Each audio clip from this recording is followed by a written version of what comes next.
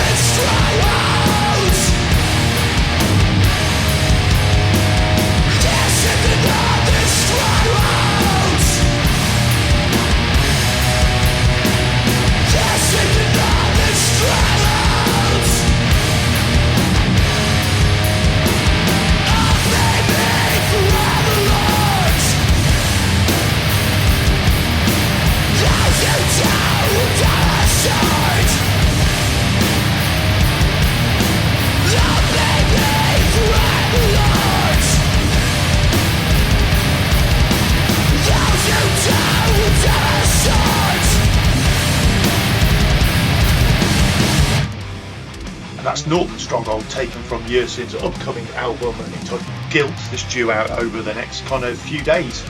Okay, next up is our interview with Merseyside Prog Thrashers Reaper. Do not adjust your sound, do not adjust your speed. This is really how fast they talk.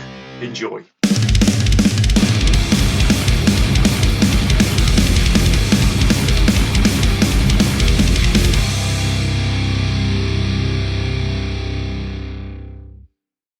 Okay, this week in the virtual studio, we welcome Merseyside Prog Thrashers. I guess we'll find out if that's the correct term a little bit later.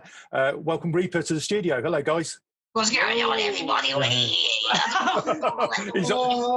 Why stereotype was like that? 3 seconds. He's off already. How's it going, everybody? Do you guys want to introduce yourselves and kind of introduce the missing members of the band as well? Yeah. So I'm Scouse Dave. I'm the drummer. Real name's Anthony.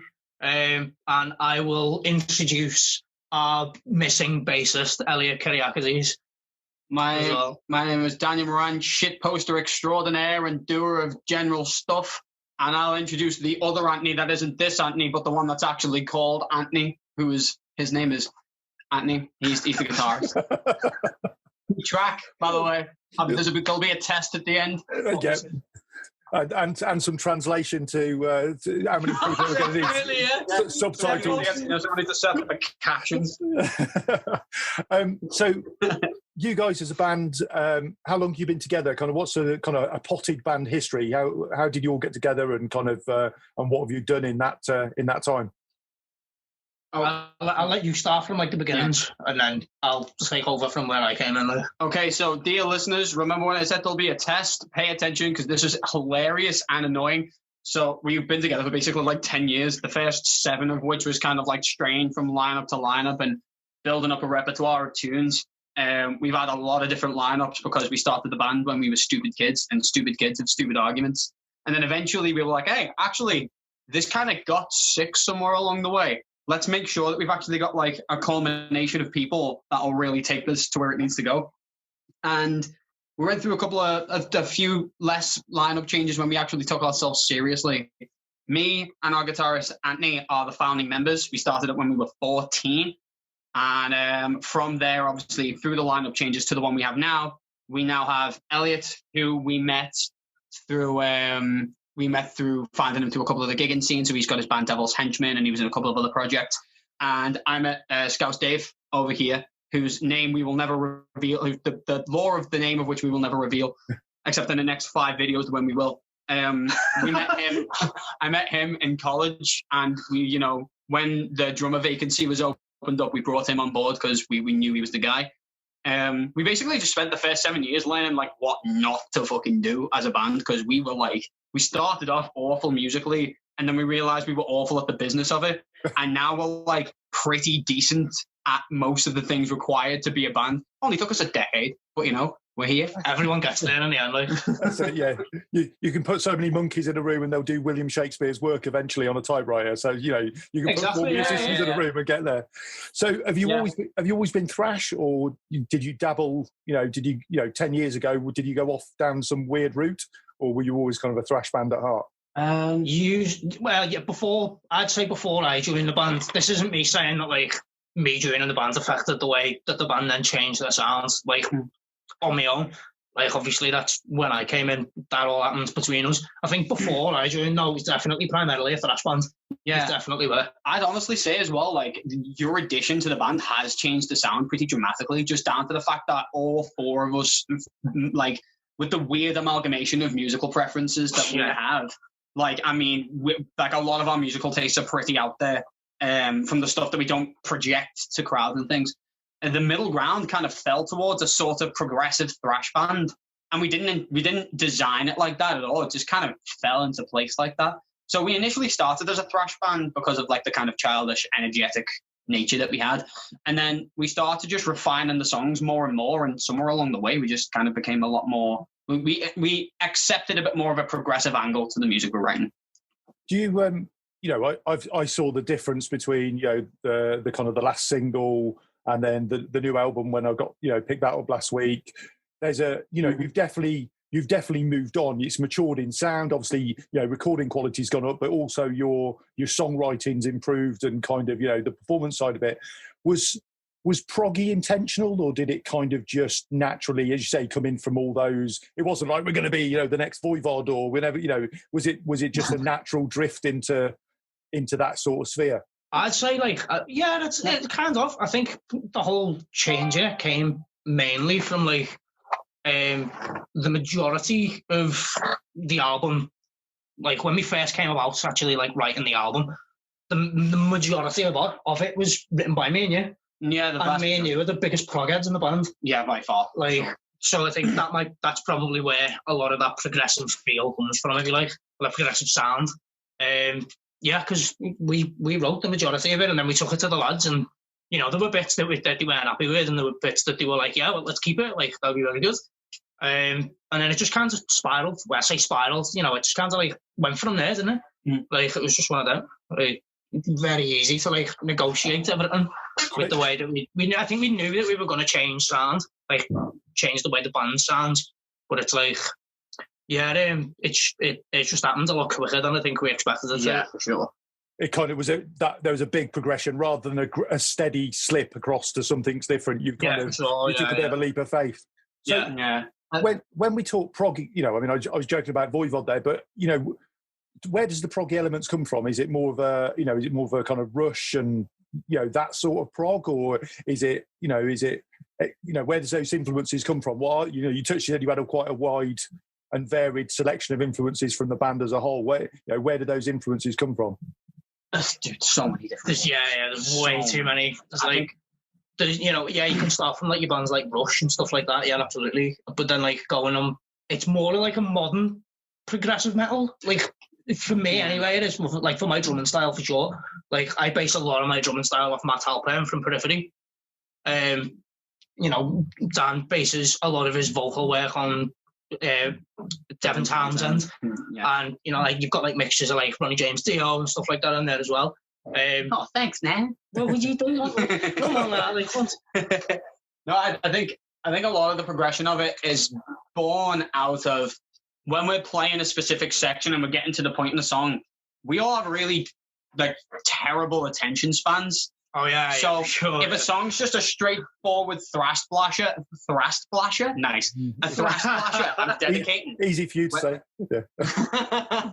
When we were trying to like blast through some fast-paced songs, they're usually pretty short because we get bored of the riffs going on for like 5 minutes very easily. So we're like, okay, I don't want to listen to like 4 on the floor stuff from here to there. So we need something to carry that, and we need something that's got a bit more interest to it. Yeah, so I think it's more structurally progressive rather than tons of time signatures everywhere. There are some songs that do that, but a lot of the progressive elements of the band is born out of the fact that it's like, all right, the song's dragging here. We need something to pull it out of its own muck. Yeah, exactly. And I think that's kind of how we piece those parts together. Okay, and I think from that the listen of it, you guys, your vocals especially, there's some very new wave of British heavy metal bits, so I can hear a bit of that, maybe a bit, as you say, you mentioned Dio there. There's a little, and then it goes a bit more thrash, so you vary your vocals quite a lot throughout, depending on where the track is as well, which is, at some points it's like, is this the same guy? I wasn't sure if you had, you were doing vocalists and stuff as well. So do you have to remember, do you kind of sometimes kind of launch into a bit and like, this isn't, I'm not meant to be singing this bit like that, I'm meant to be doing this is oh hell no. Just go for it. Yeah, fucking right. I think like I'm very proactive when it comes to vocal sections, because I feel like the way I describe it is a guitar part is a reflection of like your dedication to the instrument. So if your guitar parts are like super tight, super interesting, they've got a lot into them, you can tell that person's really put a lot of time and energy into the craft. Whereas because vocals are much more of like a personal reflection, they can be very in-depth. I think you just got to let it take you where it takes you. So for some of these songs, I had no vocal ideas planned until we got into the studio, because I was like, well, all I know is I want the melody to follow like that. How I'm going to sing it will turn up on the day, because I'll feel like that part will present itself emotionally to me in a way that the vocals will just be able to respond properly. So, like, for example, in the middle of the fourth song on the disc, Upon the Sun, there's this like falsetto part, which I've never put in a Reaper song. Like, I've never done falsetto vocals before, like, ever. I remember when you first told me you were doing that, and I was like, what the fuck? And there's these really, like, grand, rich harmonies in those parts, too. So it's almost really feathery, but then it charges into this proper cock rock harmony with this stupid preachy moment. Like, it's just the most bizarre blend of vocals, but I'm like, that's what it needs, so that's what it gets. And the funny thing is, as well, is that it actually worked. It really worked. I was like, that's just never going to fucking work, this, you know? Yeah.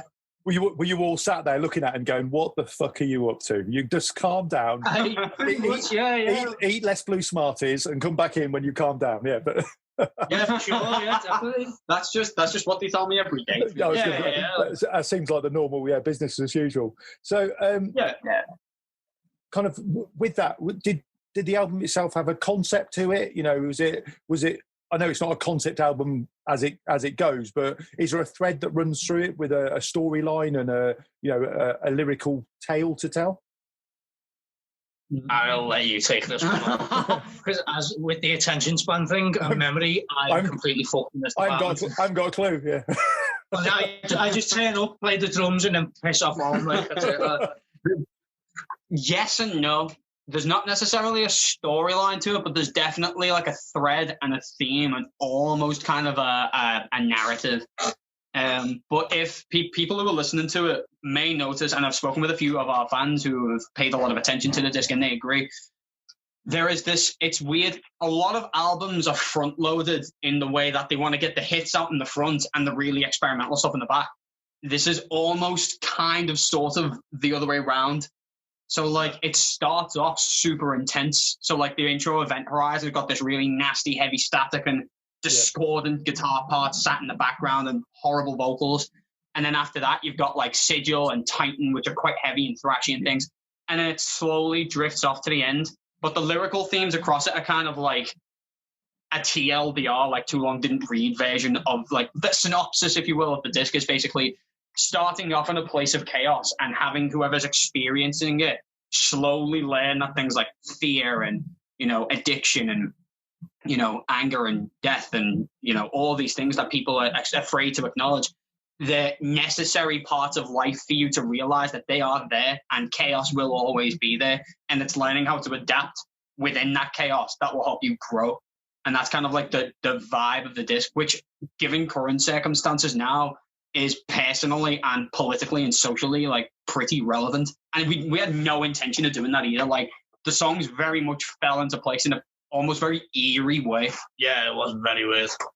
Yeah, and I think I commented when I did my review that, by pitching yourself slightly more proggy, it allows you to bring that diversity in there that maybe a kind of traditional straight down the middle thrash, black and thrash or thrash band would struggle to get away with some of that lyrical content and some of those topics, because it's, they could probably touch around them, but because you're there, you kind of got the excuse to explore those a little bit more and as you say, play with those with different tempos and different styles.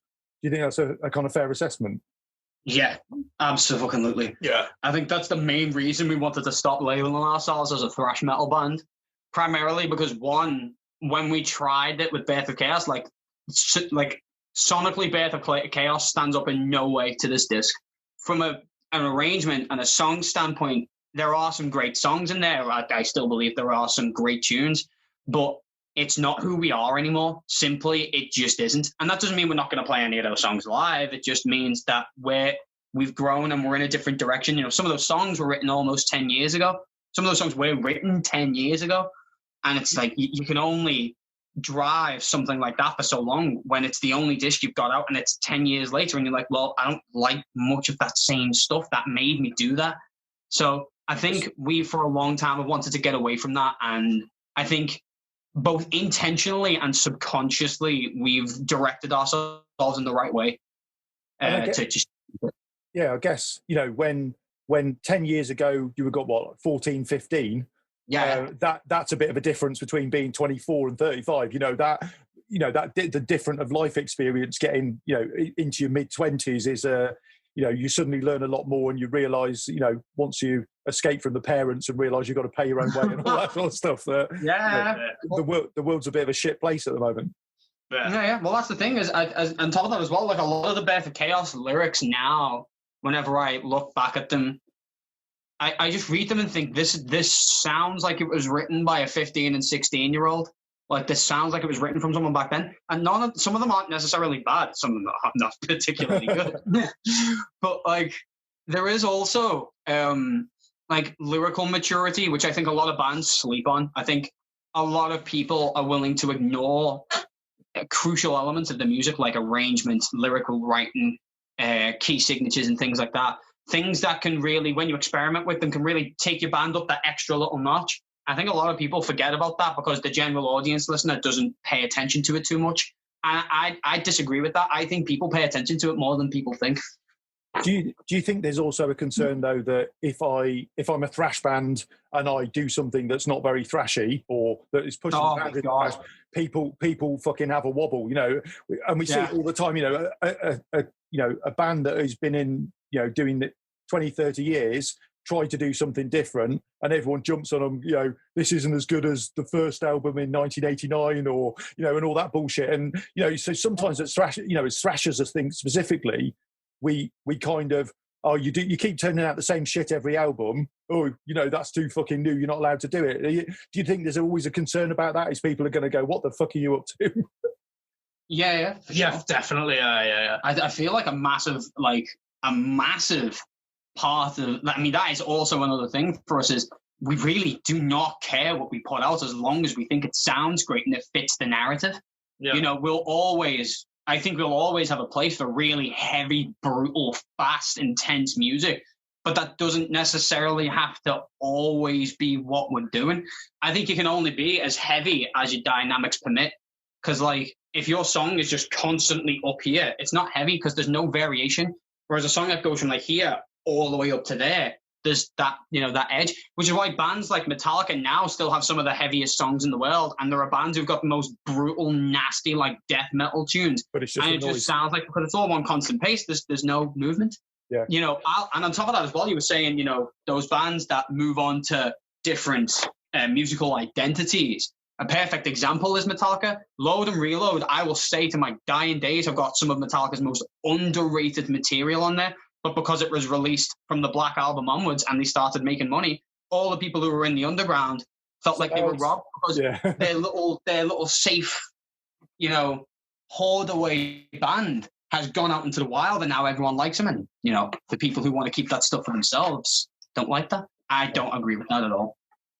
So touching on that, how have people received the album? How's it been? Have you had, because obviously if you've got guys who've been following you for 10 years or whatever, and suddenly you've bust out this slight variation, has it been really well received, or have you anyone come back and said it's been a lot better received than we initially thought it would be?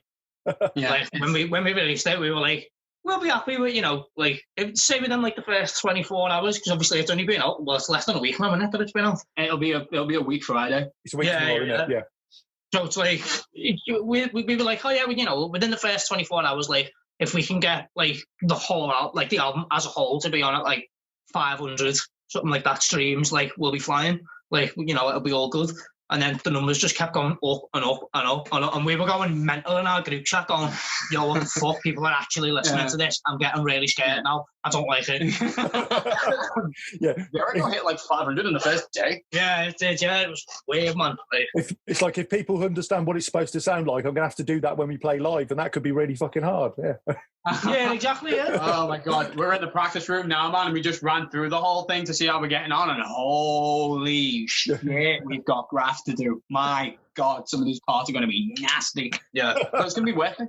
Are you, being the guitarist as well? Is that part of the challenge as well? It's obviously, when you record, do you play guitar and vocals at the same time? Are you doing them separately, and then suddenly you've got to put both instruments back together again? Is that a bit of a challenge? It's the latter. Yeah, it's the latter, and it's hilarious watching his mind. I and see what the fuck's going on. As I said, we're in the room now, and we've just been sat here going through the album, some of the tunes. He's just sat there looking at me going, I'm not singing this one. I need to figure out what I'm doing. I can do the notes, or I can do the words, but I'm not doing fucking both together. Yeah, pretty much. Not today, boys. It's just like today. Yeah, no, it's the thing that we wanted to start doing really was not paying attention to the fact that I'm doing vocals and guitar at the same time, because I feel personally that makes us simplify our parts for the sake of not having to practice as much. Yeah. I think it's a very lazy way to write. Personally, I'd like to write the best riffs we can get and the best vocals we can get. And then it's my challenge and my job as the guy who accepted that position to then do those things. So if I can't replicate those things, then it's like, well, you better get to practice because people are expecting good stuff. And is that part of that, that 10-year gap? I guess that's part of that as well. When you were writing tracks at 14, 15, you were learning guitar parts on YouTube and watching James Hetfield or something, playing notes. But now you're a bit more accomplished in your own right. So that challenge is a bit more acceptable to make. And I guess as you mature and as you get vocally more confident and instrumentally more confident, that hopefully becomes easier if you can spend enough time practicing. Yeah, for sure. Possibly not acceptable from the point that I'm looking at it, but the way I see it personally is we didn't record stuff before we were rehearsing it back when we were kids. When we were kids, all we wanted to do was practice and play and do that, because coming home from high school and things and getting yourself into a practice room, the practice room felt like an escape. You know what I mean? Yeah. Definitely. Yeah. It's definitely we never went to the same school or anything, but I know exactly what you're talking about. Well, college was the same thing for us both, because we had so many projects on when we were in, LCC doing that. And Jesus, yeah. And the only thing we wanted to do, because we've lived together for a year back when we were in biggest mistake of my life. Yeah, it was funny. He spent most of his time in his room because I was there. Pretty much, yeah. No, it was good. It was good. But whenever we got into a practice room, it was just like, oh, thank God, we don't have to look at like fucking A4 sheets of bullshit that we've got to submit by Friday. We can just get in here and make some loud noises and play some strapping young lad tunes. Let's just do that all day. Oh, those are the days. It was only a few years ago, but even still, But now, sorry, man. I was going to say, so this is harking back to the good old days, which were only 3 years ago, but it seems like an eternity. Exactly. Honestly, I remember when all of this band room was just fields. Yeah. It's just, that's the way it is, isn't it? Yeah, it's like, it was our escape from all the shit we had to put up with in normal life. Definitely. But now, we've got jobs, we've got responsibilities, we've got things that we want to be cracking on with, and we want to make this our responsibility. We want to make this our livelihood. And nowadays, Jesus, I mean, in current circumstance, that's rough work, but we're willing to put in the graft. So now it's a matter of, back then we were playing every single day. So we wrote those sections as I was singing and playing guitar and doing that bit. So I was already writing and singing the parts at the same time in there. With this, we're engineering them separately. So I have no idea how these are going to sound when I play and sing them. But that's not the point. The point is the song sounds fucking awesome. Yeah. And now it's like my job to make sure it sounds awesome live too, So have any of these tracks been played live? Have you road tested any of these new tracks, or are they all new for the album? Yeah, it was only Sigil. Yeah, the only one. The only one we did live yet was Sigil, because we started recording that thanks to a pal of ours called Adi Abufay, who helped us with David Dyson, who did the majority of this disc. Adi Abufay, he had a university project, and he was like, "Yo, do you guys want to come in? We'll give you like a free recording session to do it." And we were like, "Yeah, sure."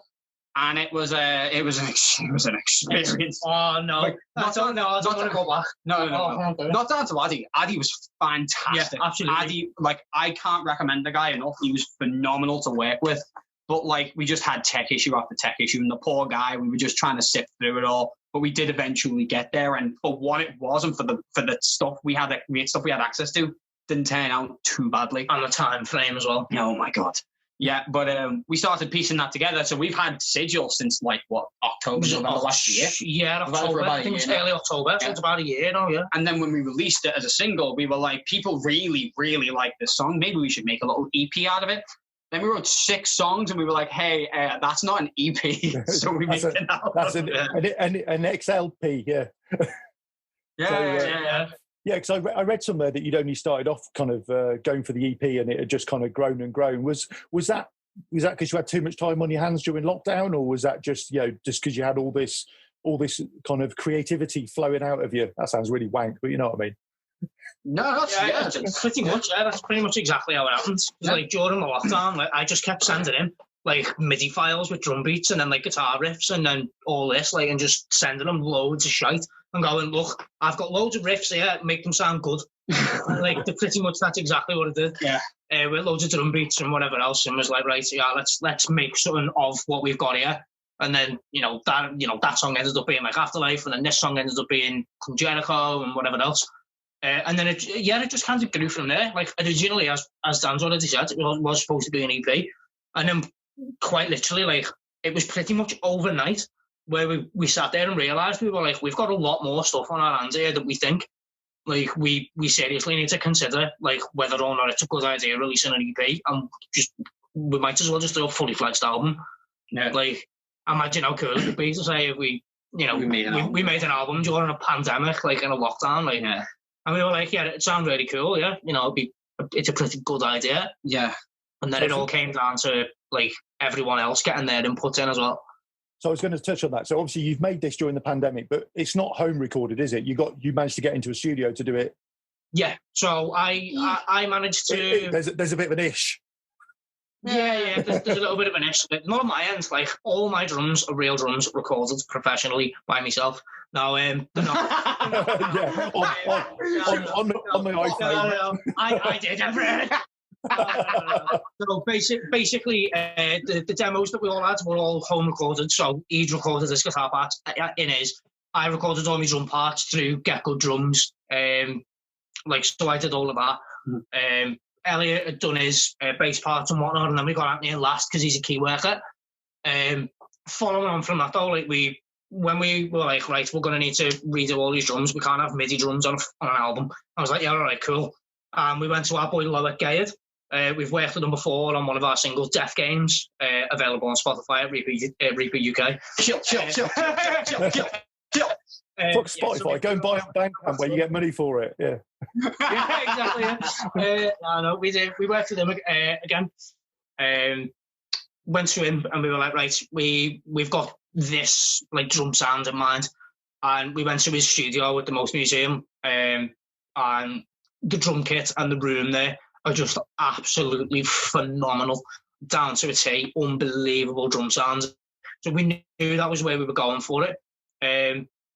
Everything. Oh, did you actually record the guitar? I just thought. So you didn't all get in your private.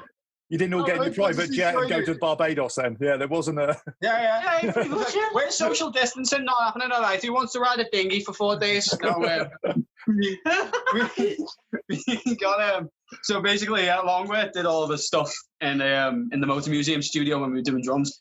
Literally everything else was all done on my PRS guitar. Gives a sponsor. And we put that stuff together with me basically in my bedroom. Like I recorded all of our stuff straight through a clean signal, as did our bassist, and we got everything just super clean. Same for our guitarist and as soon as they compacted them together, we then sent them off to our engineer David Dyson, who's in a band called Dakara. Check them out because they're really good, by the way. Yeah, they're like, it's a very strange kind of metal, but they're tight. They're very tight.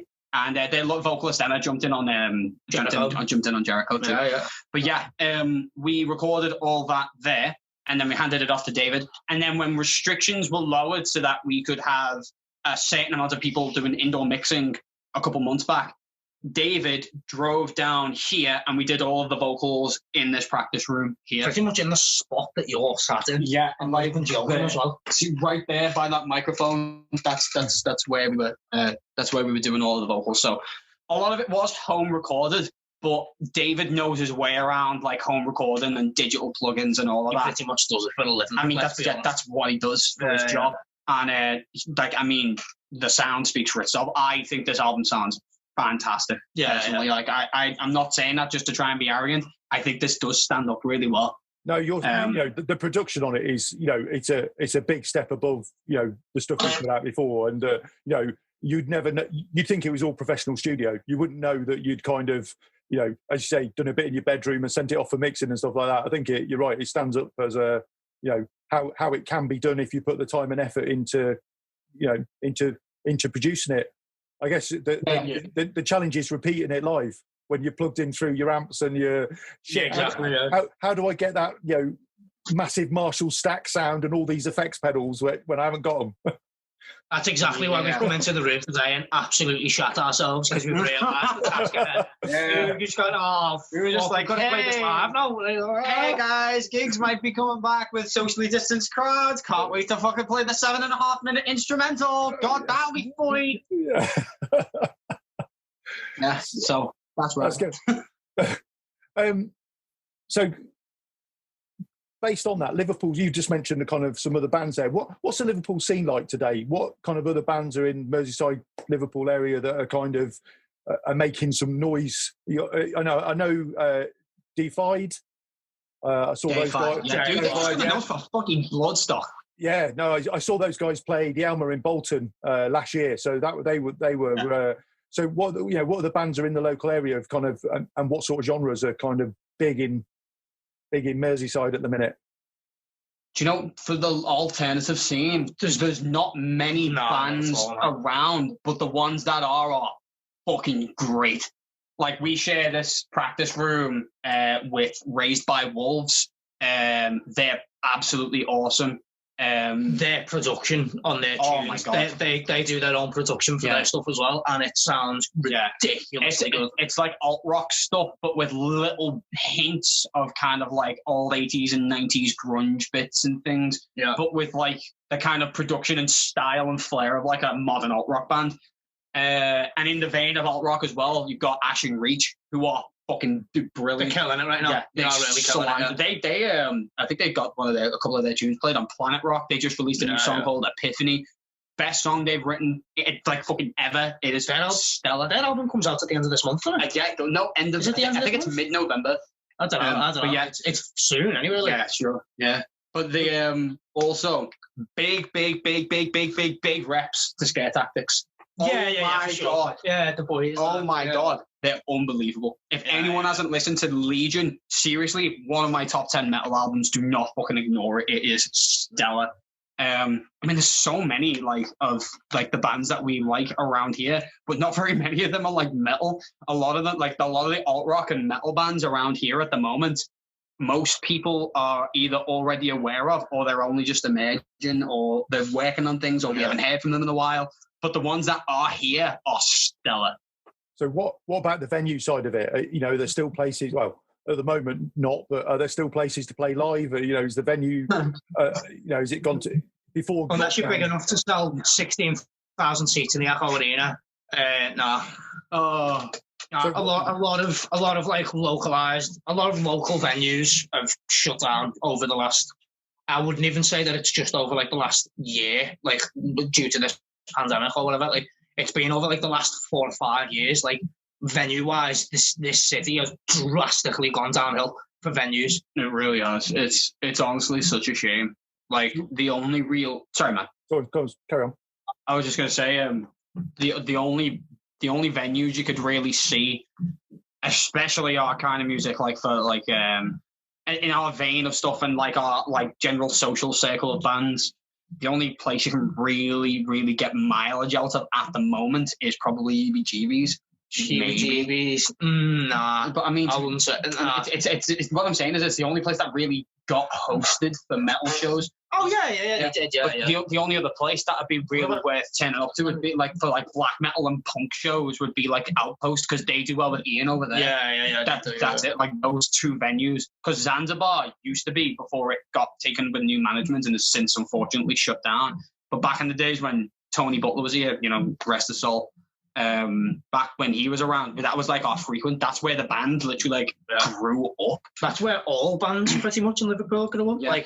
Like Tony was one of those types of guys that we like whatever type of band you were, he'd get you in on like a band opening night if you like, with like your first gig, and he'd get you in and he'd go, right, you play like a 20-minute set, blah blah. We'll give you the shot. Like he was. Detrimental to like loads of the bands that have come through over the last I don't think you mean detrimental, do you? You mean instrumental? Instrumental, yeah. I said detrimental. Yeah. My head's a soup. I thought like we've just played a full album about that. No, honestly, mate. Similar, but completely fucking different, yeah. Yeah, that's it, yeah. Absolutely. He's absolutely instrumental to, like, giving a shite loads of local bands, like, an opportunity to be able to grow and stuff like that and be able to get noticed. Yeah. But, you know, as we've said, like, over the last 3, 4, 5 years, like, the venue size of things in Liverpool have drastically gone downhill with, like, venue after venue closing. What's your options now? Have you got to go? Because Manchester's got a good scene. Have you know, is that your kind of closest place to go and try and get gigs, or? Yeah, pretty much, yeah. Absolutely. Most of the surrounding areas around here, the only place I've ever played, which was back when I was actually in now Ashen Reach, back then Equinox, was fucking we played the Ferret in Preston once, and it was a great show, but it's the only venue I'm aware of up there at the moment. I don't know of any others. Apologies if there were any Preston viewers watching, but like the only real surrounding area that we can get to in a moment's notice that's worth playing for like a decent crowd is Manchester. And even now, apart from that one St. Helens gig that we did. Sorry. Let me correct myself. Tank in St. Helens is fucking awesome. Yeah, that was one of the best shows we've ever done. It's so good. Yeah, it's a small place, but Ian and the guys who run that are boss, and they're such lovely people. It's a great vibe. But I mean, for like regulated gigs for like multiple venues, Manchester. Liverpool is like we host special shows there, and they do really well because we've got a decent following after being around for nearly a decade now. But like, for regulated gigs, man, it's grim. I'm not gonna lie. We need to sort something out here, because there's so many people that would be willing to come down here if there was somewhere worth the salt. But in current circumstances, it just isn't. Yeah, but you know, back in the day, Liverpool was on the circuit. You know, all big bands used to come in town and do, you know, often missing Manchester out to go and play Liverpool gigs. You know, I remember, you know, in Kerrang in the back of the 80s, you know, Liverpool was always listed as a venue for, you know, attending gigs, and that seems to have sadly slipped away. I guess Manchester being so close, and it's just easy, isn't it? You know, jumping on the train or whatever and getting over to that. And I guess having some champions in the scene helps a bit as well. You know, you got the 0161 guys, and you got obviously you're wearing a Badger Fest t-shirt, and you know, so make sure you get tickets to line up for This Is Insane. So I guess having those non-band champions really helps. Is, you know, keeping that scene alive. Yeah, absolutely. John Badger and the 0161 crew single-handedly make sure that underground bands have somewhere and something to play. Like, those guys are... Their value is immeasurable in Manchester. Absolute saints, the lot of them. Yeah, the only guy who honestly is continuing the metal scene in Liverpool is a dude called Andy Hughes, who runs Deathwave Entertainment. He's literally the only promoter in Liverpool that isn't already in a band.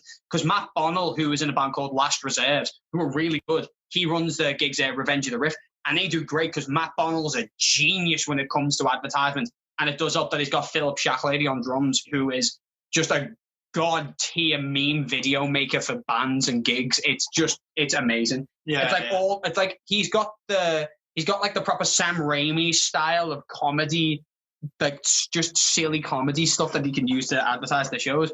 But for like the straight up metal, like gear, like metal focused stuff, Andy's the only guy that kind of fits the umbrella of most of those bands around here that we're aware of. It's just a bloody shame, man. It really is. But I mean, hey, you got a graft. So what about further afield? Obviously, if you're kind of making this a little bit more serious now, you've put your big boy pants on and want to make it, you know, make some Spotify biscuits off it or whatever they pay you in on Spotify. How far have you been so far, and where do you want to get to? Is kind of cracking the London scene important, or is that not really a big deal? Yeah, absolutely. Yeah, absolutely. I mean, anywhere across the UK right now, just because I think we need to get ourselves into a bit. Don't get me wrong. Someone wants to offer us an overseas gig and it's not going to cost us a shit pile of money to go over there. No fucking problem. Happily do it. But the chances of that are slim because we're still quite small. Anywhere across the UK that would be willing to have us, we will take. We've played Glasgow to an amazing crowd. Glasgow was legit one of the best nights of my life. But not even just a gig. Yeah, it was sick. And on top of that as well, like we've travelled all the way down to Plymouth, like by hand. Oh my god! He's getting on a bus, didn't you? Yo, Neil, before I was in the band, he got on a National Express coach to fucking Plymouth. Neil, do you want to hear a fucking story about how we got to Plymouth with no car? Oh my god! Right, so before the Longworth was in the band, we had a guy called James McDermott, great drummer, seriously good punk drummer, wonderful fella. We were up at 5 a.m. to get a coach at 7 a.m. to handball all of our gear from home to Liverpool Central onto a 7 to 8 hour coach. Sorry, no, a 9-hour coach, yeah. We landed in Plymouth for 4 p.m. with a taxi booked to then take us to the venue, drop our stuff off, sound check, walk away, eat for 30 minutes, come back, manage a night with Etherfield and the now since defunct Unitra. By the way, Etherfield are fucking amazing. Proper old school grunge band with like a bunch of like literal like what the drummer played Bloodstock at 15. Like, fuck off, mate, you're too good. All right, you're too good. Stop it. But we played with them. That was belter. And like we organized the entire night. We're running it from 7 p.m. until we finish playing. We finished playing at 5 to 11. Our coach is due to leave at 5 past 11. We have 10 minutes to strip down all of our gear, pack down the merch, sell whatever merch people want to get, launch it into a cab, put it onto a coach, and get a 4-hour trip to Bristol so we don't have to spend 160 quid in the travel lodge. That was a literal 22-hour run for a show. And we get there, and dude, our drummer is so spun out. He just speaks for an hour and a half about how he watched Jurassic World 4 times in a row on Christmas Day because he was too hungover to get up and get the remote.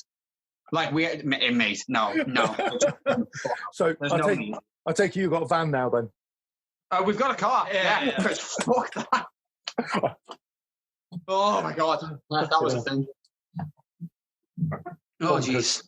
So talking about that going further afield, are there any kind of bands around the UK that you'd like to jump on a slot with, either an all-dayer or go on tour with? Are there any bands you're big fans of that you'd like to go on the road with? You think you get on well with? Well, I've got a bunch, but do you have any? I'll let you say yours first. Okay. I'll shoot super high for the start just because I think it'd be funny. I adore Tesseract. But fuck off, lads. I'd love to play with Tesseract. They'd be sick. There's no way. Like, for local bands. But for like, that's kind of like dream bands and stuff like that to support. That'd be awesome. But then like for like the local acts that we'd love to do like round the house shows with, Shrapnel. Holy shit, we'd love to do it with them. We just got put onto their playlist on Spotify. Yeah, it was really nice of them. Nathan added you on, didn't he, after reading the review? He went off. That was really good. Yeah, it's like my work here is done. Yeah. No, Shrapnel are cool. I'd love to gig with them. Endeavour. Oh, Endeavour for sure. Endeavour are like a Bristol-based progressive metal band, and they're unreal. The guitarist Ian GT Davies is annoyingly good at guitar. I'd love to gig with Attic Theory. Attic Theory just got named Planet Rock's best new band, and Tim Cunningham. Yeah. What? Yeah. Unreal. Tim Cunningham. No, that's sick. Yeah, that's really good. Yeah. Tim Cunningham was the guy that got me onto the college course that made me meet him. So a lot of why this band is still permeating is because of Tim. So it's all his fault. Unreal. Yeah, it's all his fault. Yeah, you can blame him. Yeah. But equally as well, we'd love to play with Witch Tripper. Witch Tripper are fucking awesome. And they literally, like, without this lockdown, they'd be playing 2 gigs a night. And I think they'll probably start doing that once this is done, just to catch up. Yeah. Sure. Twisted Illusion, our guy Matty's great. We like playing with them. I've featured on a couple of his bits and bobs as well.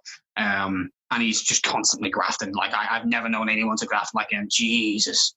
And I'd also like to play with, again, reaching a little bit, but like Savage Messiah and Havoc. I saw Savage Messiah at Download. So did I. Yeah. It was so good. Savage Messiah is not unreasonable though, is it? The Riptide lads supported them a few years ago when they were a kind of newish band. So, never say never. No, absolutely. Yeah. We'd love to go and support those guys. That'd be really, really cool. I'd love to go on tour with Get Tactics. Oh, yes. That'd be so sick. Yes. My God. That'd be fucking brilliant. But for like support acts that would want to jump onto us, your Havocs and your Evals and all that, they'd be amazing. But like for the local acts that we'd like to tour with, the guys we just mentioned. Yeah, for sure. Anyone and everyone really, man. Just trading music's just sick. Yeah. Do you think there's obviously excluding your local scene, do you think there's a pretty good scene UK wide at the moment? Do you think it's pretty strong? Kind of depends where you look. Yeah, I suppose so. Yeah, it just depends where you look. We've travelled like up and down the country quite a bit, so we see little bits and bits of what certain cities have to offer music-wise, and majority of the time, it is good. Like, it seems like a lot of other cities are giving people, musicians, if you like, the chance to go out and play shows and all that stuff. Yeah. I think Manchester's scene from this is going to strengthen so much. Oh, yeah. Because there are so many musicians in that scene, some of which are fans of the band as well, that are like pushing so hard to just try and get whatever gig they can in current circumstances. And, there are people that are setting up socially distanced gigs and those kinds of things, so we can jump into there. But weirdly enough, one of the places we actually do best is Plymouth, which is why we made the big trek down there. Yeah. And we've been wanting to play there for so long. Yeah. I want to go down there. I've never been to Plymouth, so I want to go down there. But yeah, there are a lot of different scenes that we want to tap into and reach out to when this all calms. And I think a lot of that graft's going to be done when the whole world stops being on fucking fire. And then, when we get a tour book for this thing, just, if you want us, have us. And what about other things? Metal to the Masses and all that is that still kind of something? Would you do again? You've done Metal Masses before? We have done Metal to the Masses before. Yeah. We played back when we were with the lineup that recorded Birth of Chaos, which was with Kane and Peter. We won 2017, so we can't retry it, Metal to the Masses. But I mean, we got invited back though, didn't we? Yeah, we got invited to as like a guest headliner. Yeah. They quite often do, don't they? Like the year after, they'll have some of the bands that did well locally as a headline act for the quarterfinals or whatever. Yeah. What's funny is we supported Deified that night. Yeah. And they won back when we first tried Metal to the Masses and sucked cock through a straw for crack money. Because, oh my God, we were terrible the first time we played. It was awful. And I'm honestly glad we didn't get put in front of Simon. I am stoked we didn't get put in front of him because, Jesus, that was bad. And then the next time we played, we actually did quite well. And then the last time we played, we did fucking great. The last night we played, the literal 20 minutes of technical difficulties. Oh my God. Yeah. So did you do New Blood? Did you get on the New Blood stage? We didn't need it. Okay, so what was that? 2017. 2017. Okay. So how was that experience? Was that kind of? It was surreal. Eye-opening. Yeah. Yeah, it was very surreal because we played there, and I'll be real, I listened back to the footage and I was like, we did not play great, but I don't know what the hell happened with that crowd. Right? Yeah.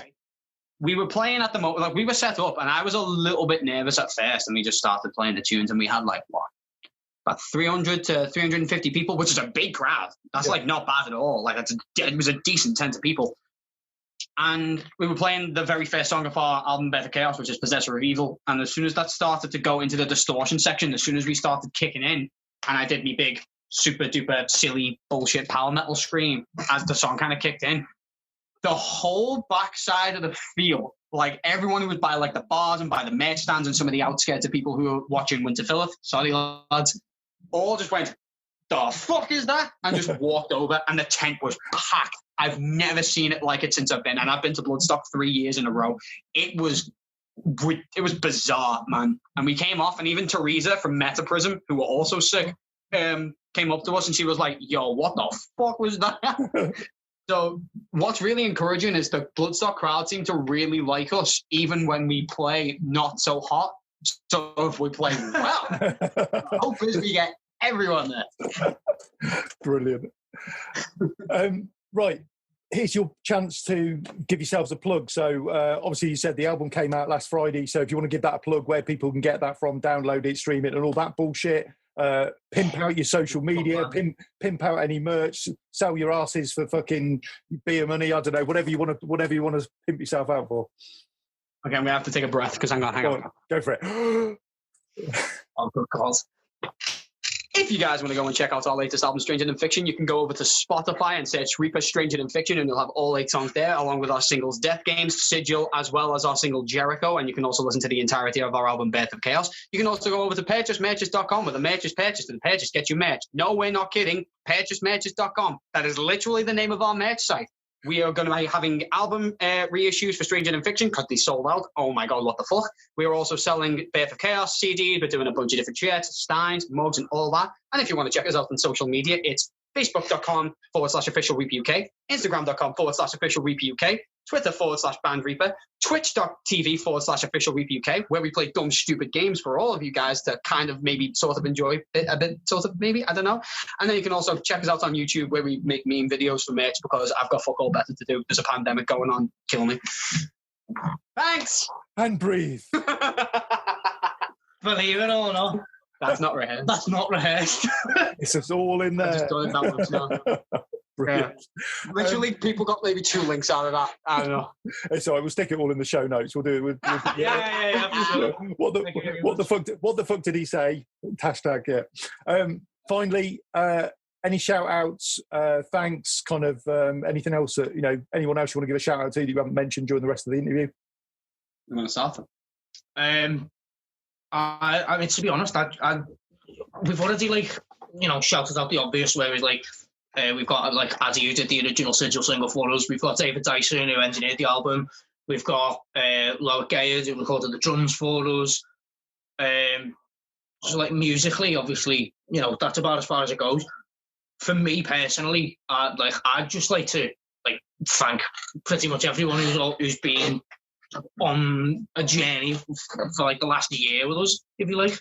So we've got we've got our group on Facebook that we've got who I don't know everyone exactly who's in it, I can't remember, but one guy that I'd especially like to thank the most, and he'll probably be watching because he watches everything to do with us, is Sava Paraskiva. He's absolute legend of a man. He's legitimately the whole reason that most of the local bands in Liverpool actually get noticed, because he's just on all of their stuff all the time.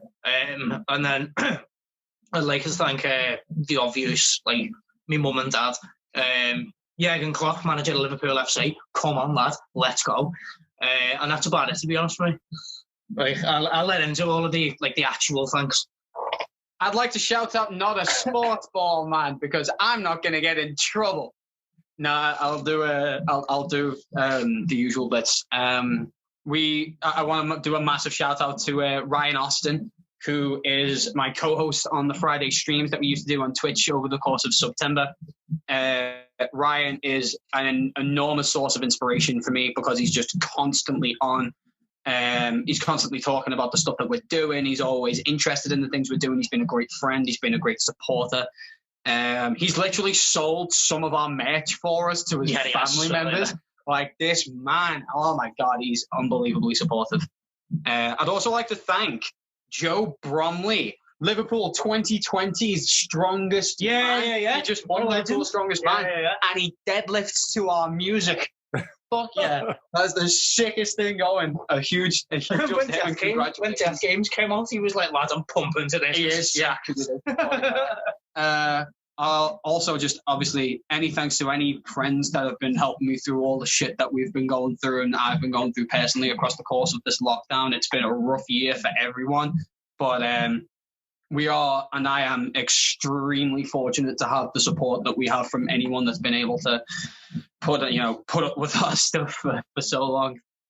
And I'd also do a huge shout out to everyone in the fan group who has just been extraordinarily helpful in piecing this whole thing together.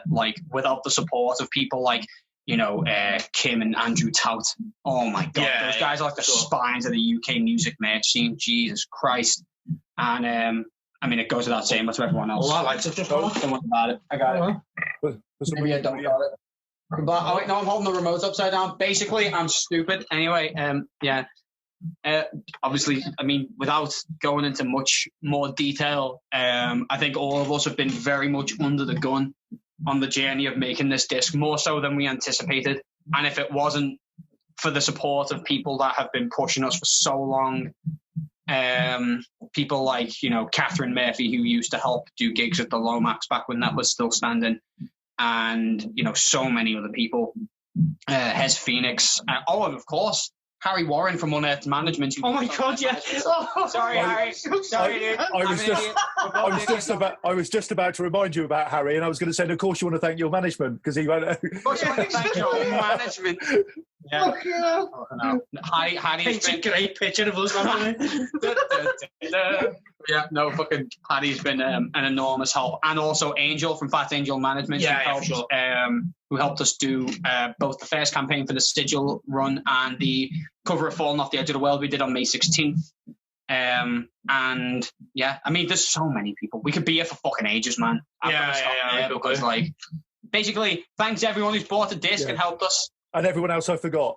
And everyone else. Brilliant, guys. Thanks for taking some time out of your evening to talk to us. I hope you get to play live again at some point in the very near future, even if it is socially distant. And hope you'll all sell out the next batch of reprints as well. Thank you very much, man. You take care. Thank you very much. Cheers, guys. Thanks for chatting to us. Cheers. Later, folks.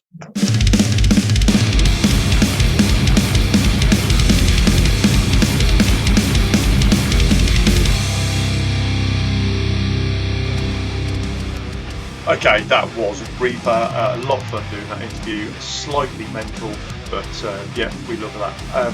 Here is a track from their brand new album, taken from Stranger Than Fiction, that came out a couple of Fridays ago. This is Titan.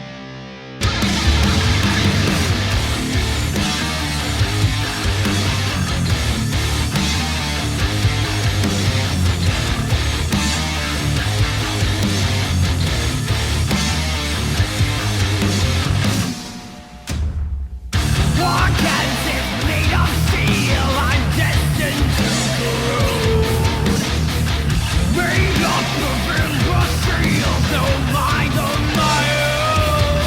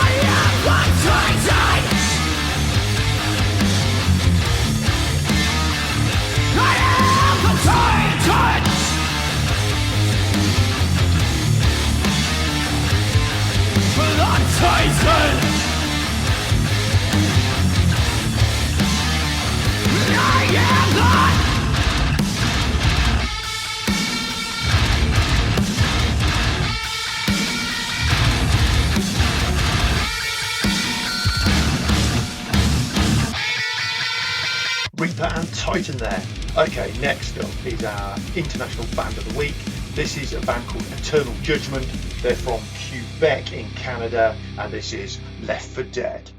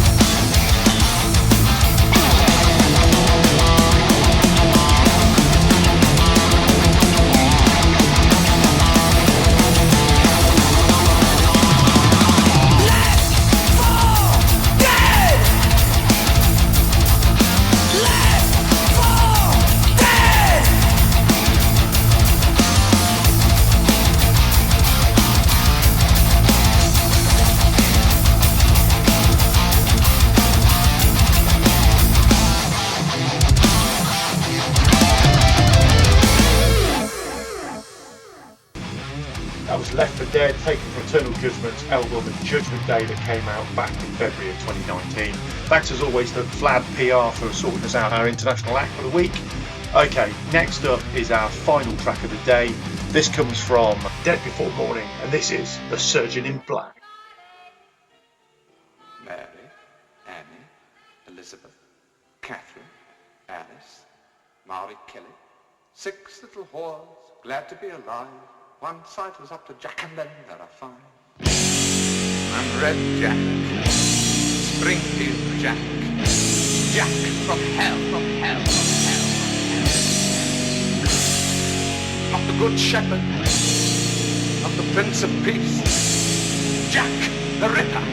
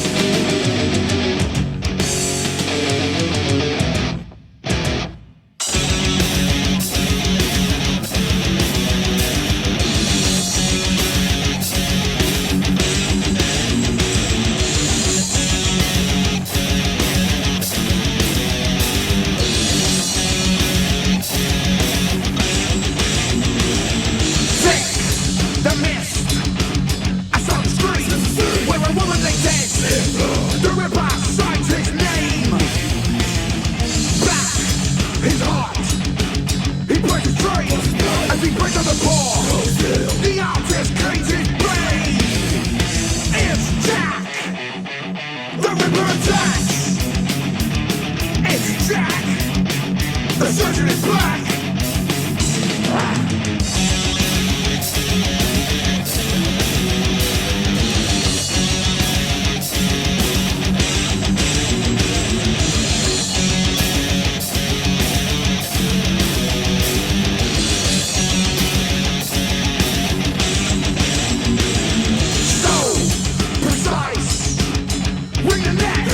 Let the slaughter begin.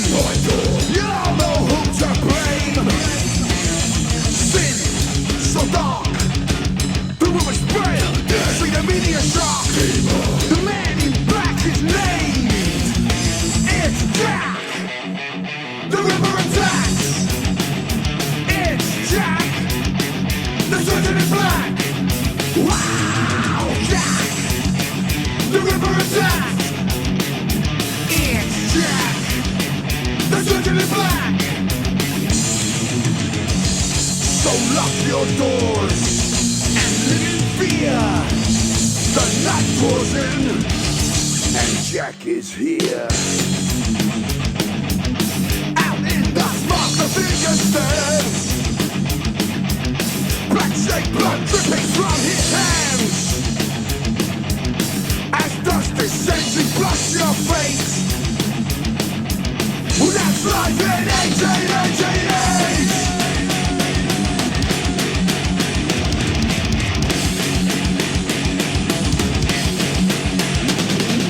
Kill, beats and strokes, open throats, autopsy on the street. Amongst the helpless and the poor. From a whore. Savage precision surgery. Enter the master of our flesh.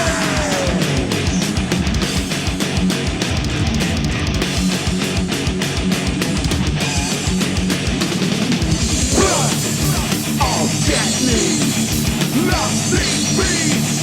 Evil deeds. He's killed again.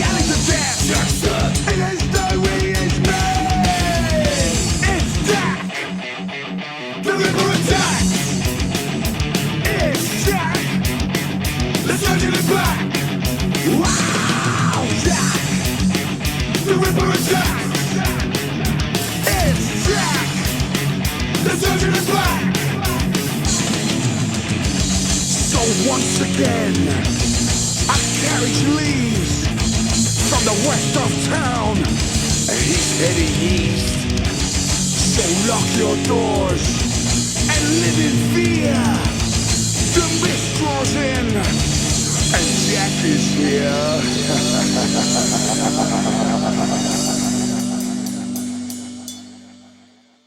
The twisted tale of Jack the Ripper as told by Dead Before Mourning. And that's it for another episode. Thank you to Reaper for joining us in the studio, and thank you to all you guys for listening. See you next time.